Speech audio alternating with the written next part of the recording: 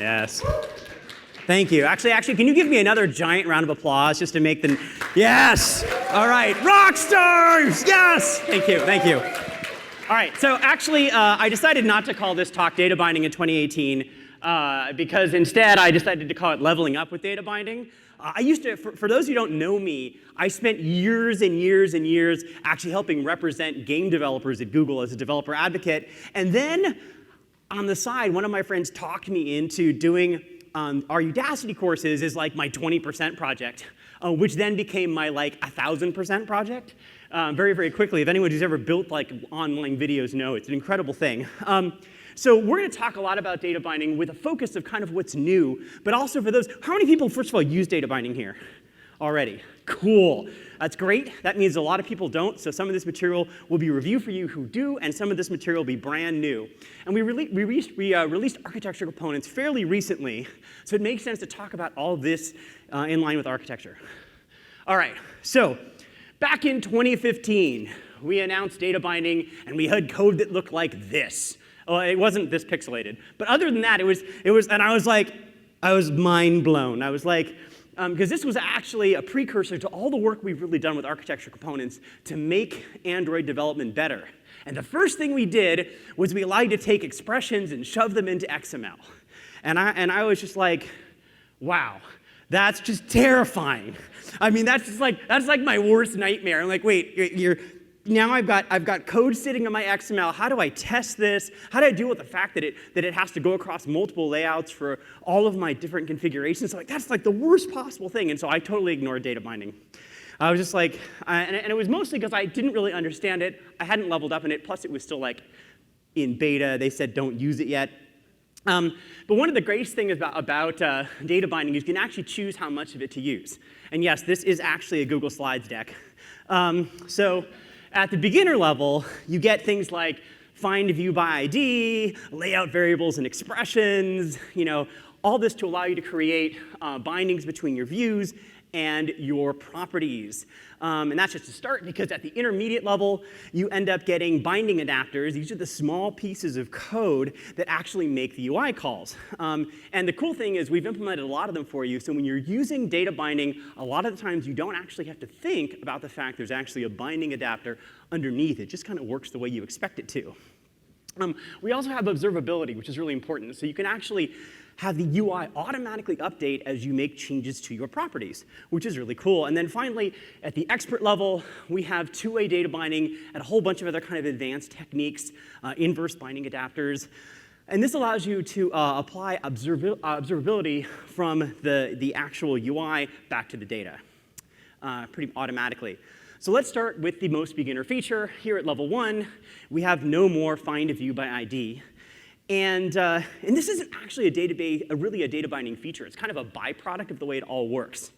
And so what you do is you convert a regular layout to a data binding layout by the use of these layout tags. And that tells the data binding compiler to actually go through, process this layout, and generate code. And this makes any view with an ID available in the generated binding. Now, this binding is this object you get when you inflate something using data binding util. And you can simply, set your, attributes and listeners just like this. So we've got, very, very simple. We just get access to all the views. What's cool about this is that, one, as you can see, there isn't any casting going on, which is awesome. This thing is actually tied to the code that we use to inflate it. So we know these IDs are actually available in the view. So we don't get any crazy null pointer exceptions because they don't exist. And it's a tiny, imperceptibly small amount faster. But do not use this because it might be tiny, imperceptibly small about faster. Use it because it'll actually help prevent bugs. That's really the reason to use it. So that's it. But also at the beginner level, we get binding expressions. We're at level 2 now. We have this layout expression language. And you can see this because it's confusing looking if you have no idea what it is. But basically, you'll see an @ sign followed by curly braces. And inside of that, inside of your XML attribute, is actually a data binding expression. And this is actually really powerful what you can do in here. You've got mathematical things. You can do instances. And honestly, don't use most of this stuff because you'll just end up throwing too much logic in your XML. There are places in which it makes a lot of sense to have all this power. But I would say this is one of those cases where with great power comes great responsibility. And for the most part, avoid using too much of this expression language because the last thing you want to do is have some confusing logic. This is like an if-then-else statement. It's just not the place to put it in your layout. All right, some examples of layout variables. So this one here is cool. We are assigning a value from one of our variables to a text attribute. We're assigning a model here to a view model variable. We can handle events, so we can actually use lambdas with this kind of goofy-looking expression here. We also can do stuff like we can actually create our own properties. And so this one is new. We're actually going to do something like, we're actually going to call this here through a custom binding adapter, which I'll talk with later. And then in the fifth one, here's all sorts of crazy stuff you can do. And as you can see, first of all, it's really terrible because you can't actually put less thans inside of quotes inside of XML, so you have to encode that. So this is what not to do, basically. Now again, you can do it. And it's really cool that we allow you to do this kind of stuff. So you can make the choice of how unmaintainable you want your code base to be. So lambdas. Lambdas are really great. So in the first, this is how you handle events within your layout. In the first one, we're just going to call the onLike method in the view model. And the view parameter is optional. So if you're not going to use it, you don't need to type it. It's just a reference to the view that contains the attribute. Again, we can get a little bit more complicated here. We'll call that method, and we'll actually pass the text attribute of the view. And we can do that from any one of our view expressions. We can refer to any view that's here just by using its ID. This can be used to do something like validate text on a form. So you can actually go and pass these variables into your handlers. We can also pass a layout variable to the method. Pretty handy to pass IDs and stuff like that. And this one here is a little bit more complicated. This one actually takes the isChecked parameter. And of course, you're looking at that and you're like, OK, how does it know? And that's where I was alluding to earlier. This comes from something that's very important to recognize, that in data binding, there is actually no magic. Okay? All of the code is there. It's all there for use. And when I first started using it, I honestly had no idea how it worked. And I'm like, OK, there's some serious voodoo going on in the background. But what actually is going on is there's these built-in binding adapters. And we just take this for granted. So most of the time you're using it, you tell data binding that this particular text view should display the content of this layout expression, and it's calling it somehow. Okay? And what it's actually doing is something like this. So it's actually doing a whole bunch of work to check to see whether the text is actually changed, and it's looking at spans, and all this code you don't want to have to write. And then there's way down here at the bottom of the screen, there is this little set text here. So that's actually what's going on. This is a binding adapter. And that's really important because, again, yeah, it just checks for changes. Because you don't want to have to implement these, and it turns out we've implemented a lot of them already. And the really cool thing about them is that you can actually look at these to understand how to build your own binding adapters. So I recommend looking at things like compound button, image view, text view, especially the view binding adapter. You can see we've even bolded it there. Because it's really cool. And all of a sudden, you realize there's tons of source code examples for you to use when you're building your own. And here is both a very long and difficult to type link and a short link, which will work until we actually get rid of the short link service next year. So enjoy that. Basically, the data binding library actually, not only is this tool that parses layout expressions and handles observability, but it also includes all of this stuff so that it just kind of works the way you expect it to. All right, so now we've talked about the built-in adapters. Let's actually talk about writing one. And this is really the best part of the data binding library. This is actually what sold me on the entire thing, because I was building the I/O Sched app, and I was working on a bunch of demos this year for Google I/O. And I was like, wow, and I should really try using data binding again, because now I knew we were supporting it with architecture components. And I started doing these things, and I'm just like, this is ridiculously powerful. Let's talk about what's in here. So first of all, we have an annotation here. Now that annotation takes one of one or more attribute names. And that's how we actually end up tying this in to the layout. The method takes a view as its first parameter, which makes sense because these are all tied to attributes on views. And then we actually use subclasses to restrict what kind of view this binding adapter is tied to, which is really, really important because these binding adapters are global. They affect every single view in your application. So you really want to make sure that you are only applying this where you really want to. And then the following parameters there are matched with the attribute names when they're searching for a suitable binding adapter. So this, again, these are all things that are going to limit the scope of that adapter, but also make it more powerful. And of course, in all of this, so we can actually say, like, hey, I want to create a binding adapter for that actually applies to a character sequence. Or I can say I want to create a binding adapter that applies to some user object. And as you can, I can even limit the scope that way, which is pretty powerful. So now I've taken something that actually just references this object, and this ends up calling my method. As you can see, it doesn't actually matter what I call these functions. Like this one's called setBanana. It will get called in response to this binding expression actually happening, which is cool. So here's like a really complicated example. And the question is, where did this Boolean come from? And we now know, actually, that in fact, it has been automatically generated based upon this exact same formula. All right. So another thing to note is, I'm doing all this code in Kotlin. If you actually want to make one of these adapters part of your Kotlin class, you actually have to use @JVM static.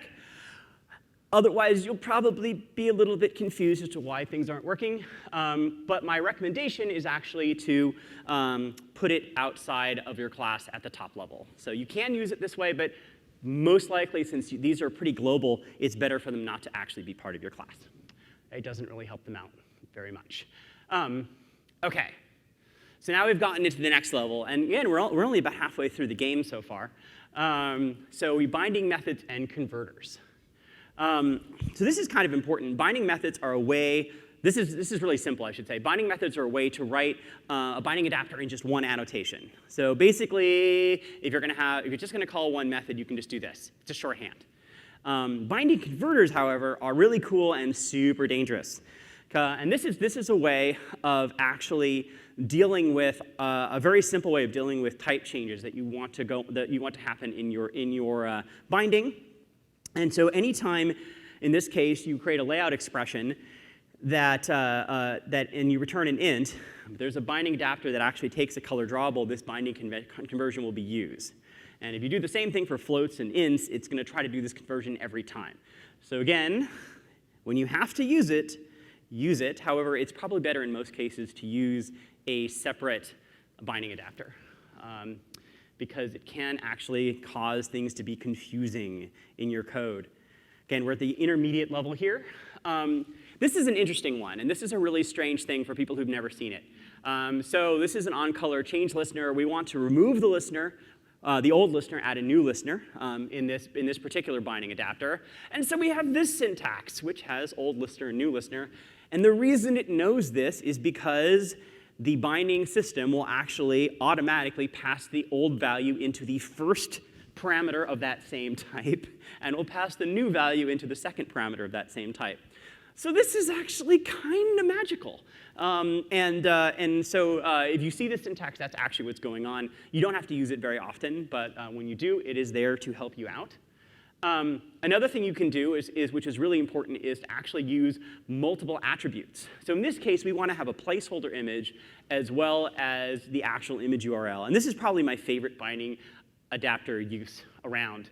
So basically, we can do a couple of things here. One is that we can actually say require all equals false, in which case all we need to do is apply one of these things, the first one. And the other thing that you can do with this is make sure anytime anyone puts a source attribute anywhere in your application, you can make it so it goes and calls your image loading library of choice. So in one tiny function, all of a sudden now you're using Picasso or Glide or whatever you want everywhere in your app anytime an image is loaded. You can set that based whether it's coming from the resource system or if you can actually make it work from a URL. So all of a sudden, with this simple binding adapter, you're making Android work the way you always wished it worked, which is you can actually just put a URL in for Android:source, and something in the background will load it, we'll put it on its own thread, we'll handle all the caching of it for you, and make that image show up without actually interrupting any of your code. And this is just how powerful binding adapters are. So again, here are the things to note. Binding adapters are called on bind if all the parameters are there and every time an observable value is changed. So they work pretty much the way you'd expect it, meaning that if you update Android.source, it's going to actually go call the binding adapter, do all that stuff in the background for you. So it really eliminates a whole bunch of places where you might accidentally load something in the foreground. OK, now we're in the intermission.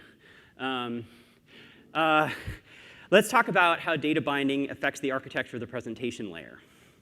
And by the way, this animation took me a really long time. So like, I want you to appreciate how much fun this was in Google Slides. And yeah, I couldn't make him march the right direction. But in any case, so here's the diagram of what the presentation layer.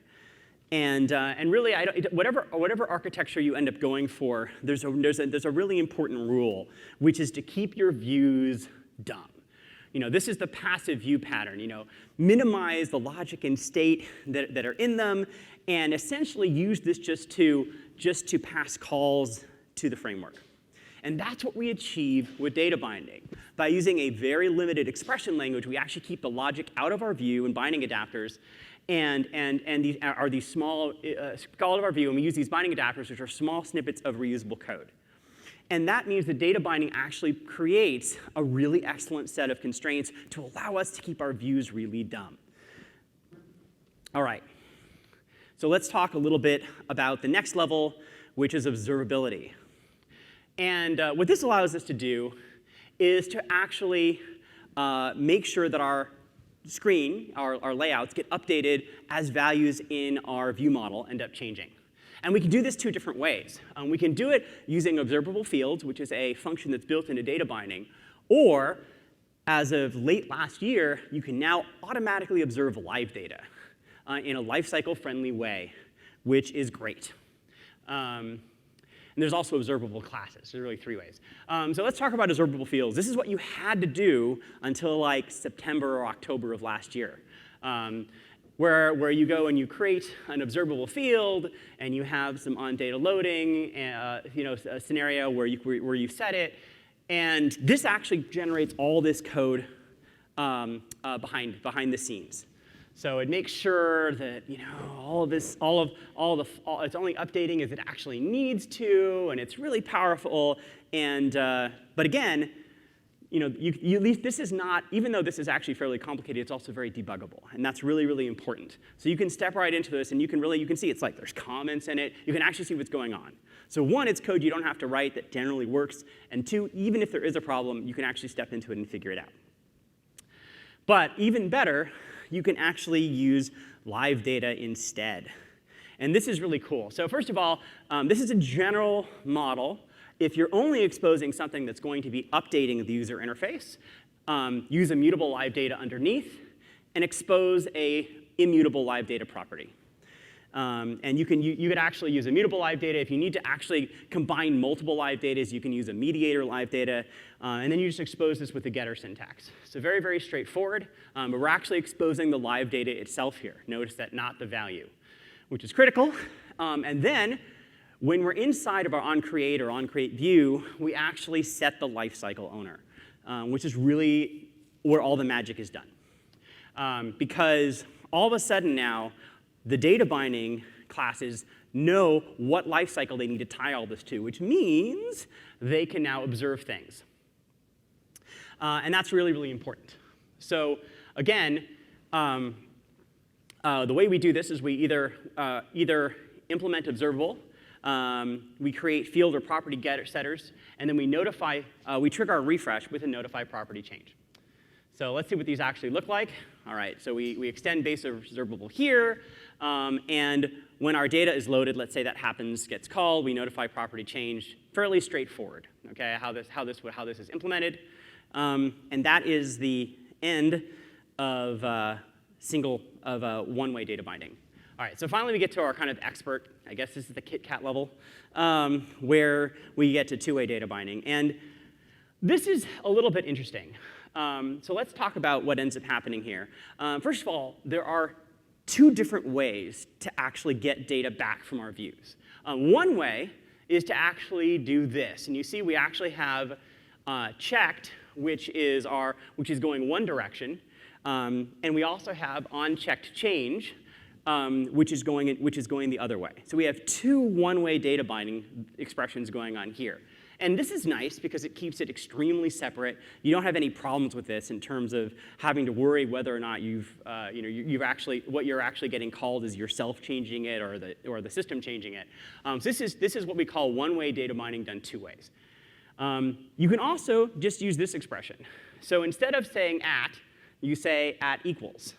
And all of a sudden, you have now changed the way this entire thing gets implemented. And you now have two-way data binding, meaning that updates you push into your properties are going to get updated in the UI, and updates in the UI will also get reflected back into your properties. So this is extremely powerful. Now, one of the reasons why this is an expert level thing is because it actually does have this kind of problem. So we're going to use this observable. And one of the reasons I like using the observable, it's a really good place if you're sitting in your view model to actually go and plug in some changes. So if you want a change in the UI to immediately reflect into a database or to get reflected up to the network, you can actually have your view model do the right thing, talk to your repository class, and actually make the change on your behalf if you have these nice functions to do it with. And again, so one of the problems is, though, is we want to make sure that we're not getting into loops. So what we do here to solve this looping problem is we actually check to see whether the value changes. And if the value hasn't changed, we don't do anything. If the value does change, then in this function, we notify property change. And that's really the critical thing here. Now we don't end up with a loop. The real problem with these loops is you probably won't notice they're happening because they very cleverly cause the message pump to keep going in Android. The looper keeps firing things through, and so you'll just notice that, wow, my phone's starting to heat up, but I don't really know what's going on. So this is the reason why I put this at kind of expert level. It's not because it's hard, it's because it's easy to make a mistake that you might not notice.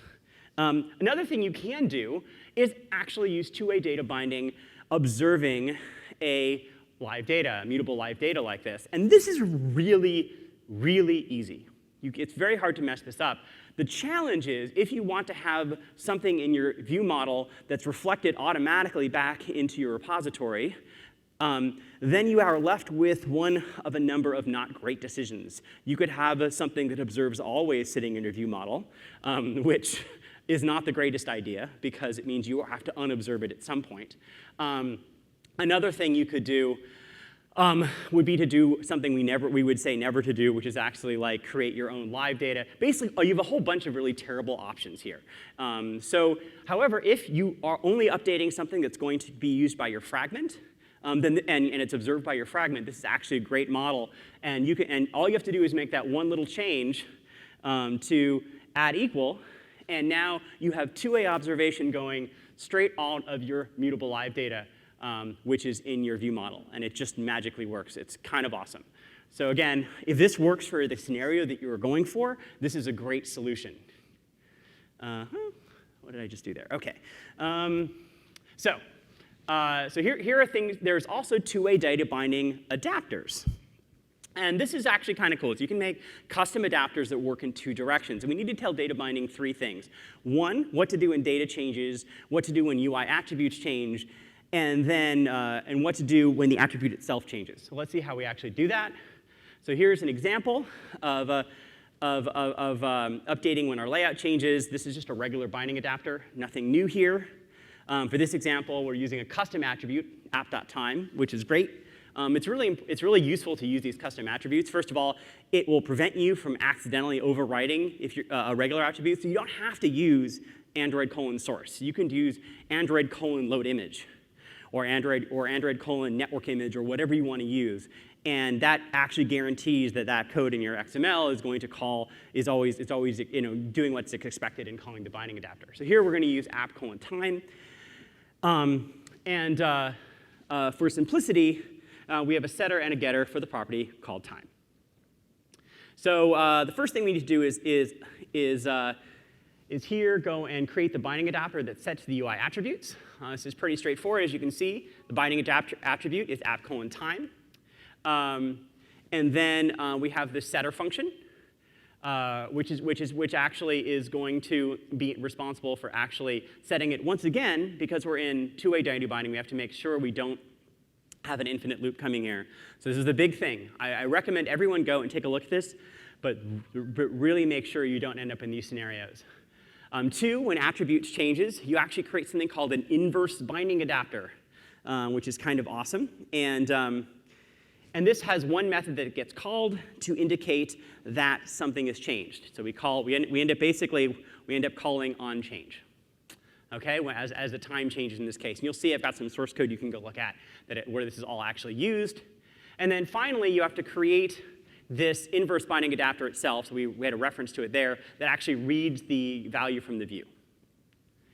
So it seems complicated. It's actually a very small amount of code, as you can see. And this is referenced when the attribute itself changes. So we get a reference to the view. We need to return the value type. And in this case, we just end up calling the view.getTime function, calling the getter. So very straightforward, but there is a lot of different concepts to understand when you're creating one of these two-way binding adapters. All right, so that's now we've actually gotten to beyond expert into kind of really advanced techniques, but it's important to know that they're here. So first of all, you can actually combine multiple listeners with your inverse binding listener. You can see an example of that actually in compound button binding adapter. So which is great. You can just go right into our source code, see how it's done. You can also use this thing called listener_util.trackListener to avoid adding listeners multiple times. You can see that in the text view binding adapter. You can also use these inverse binding methods in order to track attributes. You can see that in the seek bar binding adapter. And then there's a whole bunch of stuff that I actually worked with George on, who wrote a lot of this on our blog, on Medium. And so you just go to Medium site and look at George's account, and you'll see like data binding, data binding, data binding, data binding. Everything you need to know. Some of the stuff I covered isn't there yet. So that he doesn't have anything currently on how to use LiveData and data binding together, but the rest of it is all there, and it's great stuff. So you can actually see how to do animations using data binding, how to have dependent properties. You can have one property that depends on another one, and make changes, as well as inverse conversions. So there's no way that everything that I just said is at all clear, and I'm sorry about that. Mostly because there's just a lot of stuff in this. So my recommendation is, again, going to GitHub. We've got a great example of an app that's a timer. You can see we've got a one-way to observable field. We've got click listeners. We've got two-way data binding. There's a lot of stuff to deal with here. And the great part about this is that, again, when all is done, you've really got this marvelous we've eliminated a lot of problems, basically. One is we've given us the ability to automatically run a binding adapter when any attribute is set in our XML. We also have the ability to make sure that everything is type safe throughout this whole system. We've eliminated a whole bunch of code that we would normally have to do to enable all these features. So it's really something that's worth looking at. And when you already are building something with architecture components and using LiveData and ViewModel, you just get an enormous amount of free value by taking advantage of the fact that now data binding can observe all those fields. So that is it for me. Once again, look at our code. And I hope that, like myself, after seeing some of this, you're also motivated to level up your data binding skills. So thank you.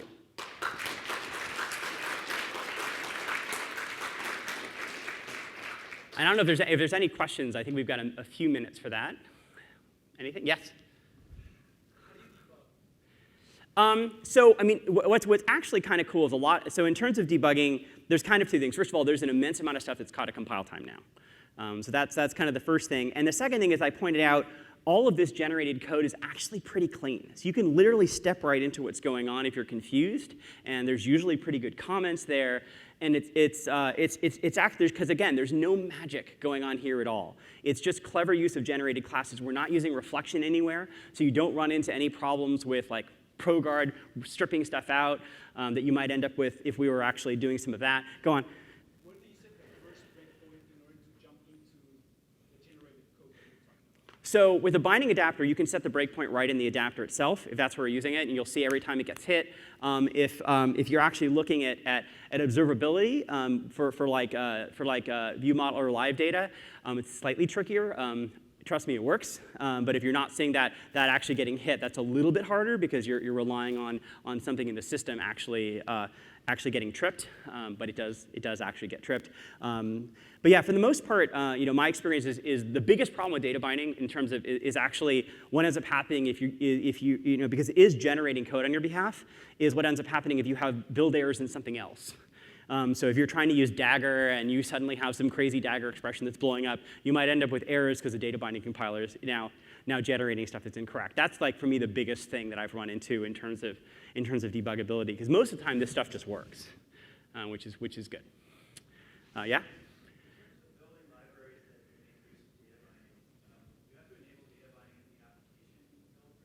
Mm-hmm.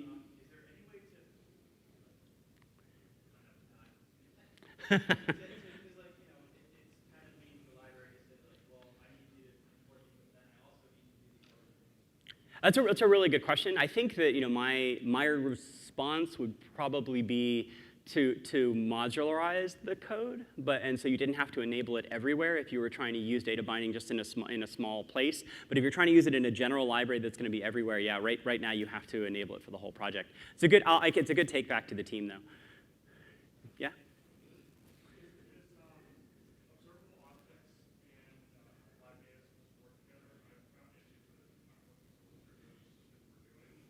Mm-hmm.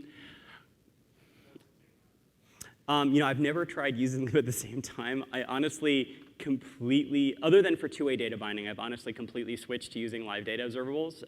That's something that's a little bit outside of my knowledge area. But if you're having specific problems, I definitely recommend filing bugs because there's a team who actually looks at these. I know it may not seem like it sometimes, but there really is, and we're really interested in making these all work together. So at least file the bug if you're seeing an issue like that, or get on Stack Overflow and ask questions. So yes. How well does the layout editor support the expression? So how well does the layout editor support the expressions? It's OK, honestly. That's one of the reasons I actually don't recommend using them too terribly much. You'll see we're pretty good at completion of data binding variables.